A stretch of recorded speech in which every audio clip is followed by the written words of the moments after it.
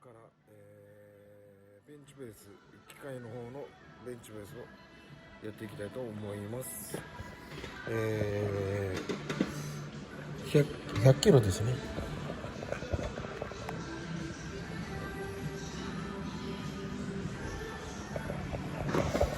これを10セット、10回10セットで合計100回ですかね、やっていきたいと思います。見えるかな。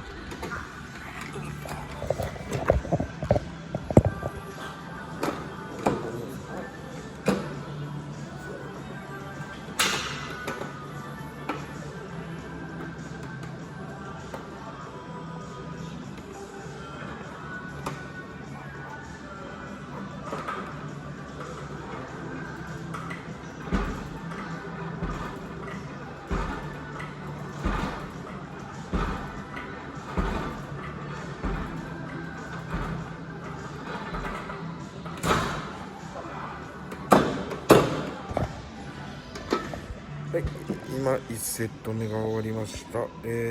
次、この、胸のこの辺りが一番効きます。でこれをパンプアップさせてからまた動画を撮っていきたいと思いますので、よろしくお願いします。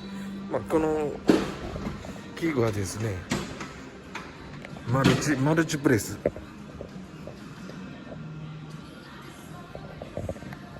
こういう機械になっております。これはちょっとしんどいんでね。もうワンセットいきますね。